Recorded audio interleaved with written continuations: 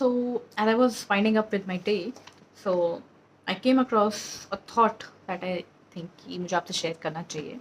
So, welcome to Bharat rising और please हमें subscribe ज़रूर करिएगा और अगर आपको मेरा ये थॉट मेरी ये बात अच्छी लगे तो दूसरों से शेयर भी ज़रूर कर दीजिएगा. क्या ही हार्म है एक शेयर बटन दबाने में.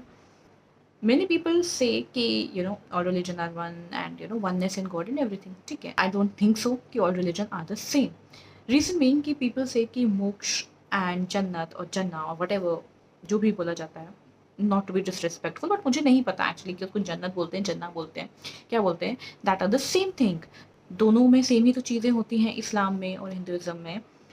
एक्चुअली नहीं होती हैं क्योंकि मोक्ष इन हिंदुज़म मीन्स दैट आप अपनी सारी कामनाओं से, अपनी सारी डिज़ायर्स से फ्री होके तब आपको मोक्ष प्राप्त मिलता है. That is the eternal bliss, that is the end of the incarnation life. तो हमारे यहाँ हिंदुज़म में बोला जाता है कि हमें कई बार, कई हज़ार बार जन्म लेना पड़ता है and back to back and not exactly कि हम सेम फॉर्म में आए, नॉट नेसेसरी कि हम ह्यूमन फॉर्म में ही आए. ऐसा भी बोला जाता है कि हमारे यहाँ ह्यूमन फॉर्म में रीइंकार्नेशन या रीबर्थ या इसी तभी हो सकता है जब हमने कुछ अच्छे कर्म करे हो पिछली लाइफ में. अदरवाइज हमें 84,000 बार जन्म लेना पड़ता है, फिर हम ह्यूमन लाइफ में आते हैं. अगर उसमें हमने अच्छे कर्म नहीं करे तो हमने फिर से 84,000 योनियों की हमें फिर से यात्रा करनी पड़ती है to get to that line of moksha. मोक्ष का मतलब होता है कि आप ये जो साइकिल है 84,000 योनियों की, एंड योनिया means type of living beings that are there, उनके रूप में आपको तो there are 84 apparently according to Hinduism there are 84,000 kind of animals that are there, kind of types of. तो आपको फिर से वो इनकारनेशन वाली जर्नी करनी पड़ेगी and to break through this cycle. आप इस साइकिल से ब्रेक थ्रू कर सकते हो जब आप मोक्ष प्राप्ति करते हो. मोक्ष प्राप्ति का मतलब होता है कि आप ये जितनी भी डिज़ायर्स हैं, we are humans and we have lots of desires, इससे शादी हो जाए, ये मिल जाए, वो मिल जाए.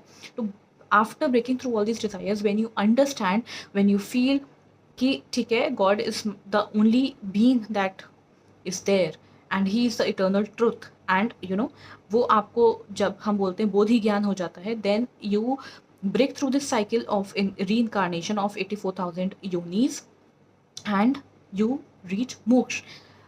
इन जन्नत इन इस्लाम जो मुझे समझ में आता है उसका अर्थ ये होता है कि आप जो भी करना चाहो, मतलब आपको you have to be a very good person on earth. ठीक है, आपको अल्लाह के ऑर्डर्स फॉलो करने हैं and you have to go through certain sufferings. आप कुछ सफ़र करोगे इस ह्यूमन लाइफ में, तब जाके आपको जन्नत में मिलेगी. तो जो सारे सुख आपको एज अ ह्यूमन नहीं प्रोवाइड किए गए वो आपको जन्नत में प्रोवाइड किए जाएंगे. जैसे कि आपने कई बार सुना होगा, ये जो सारे टेररिस्ट होते हैं, टेररिस्ट कैंप्स और मूवीज़ वगैरह में कहा जाता है कि 72 हूरें मिलेंगी. मतलब आपकी जो ह्यूमनली डिज़ायर्स हैं वो आप जन्नत में जाके पूरी कर सकते हैं. बट क्लियरली हिंदुज़म में वो सेम चीज़ नहीं है.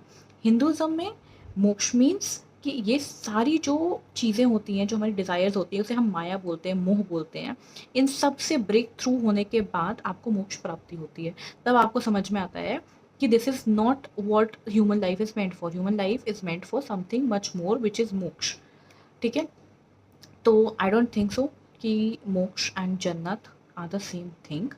They are definitely very very very separate things and they should be kept separate क्योंकि हमारे यहाँ हम ये सारी चीज़ों में बिलीव नहीं करते हैं कि हमारी डिज़ायर्स फुलफ़िल हो जाएं, ये हो जाए, वो हो जाए. हम बिलीव करते हैं कि हमें इन सब डिज़ायर से छुटकारा पा के भगवान में विलीन होना, मोक्ष प्राप्ति की तरफ बढ़ना. और क्लियरली इस्लाम में you have to suffer a lot to get what all you desire in Jannat. So we are not the same.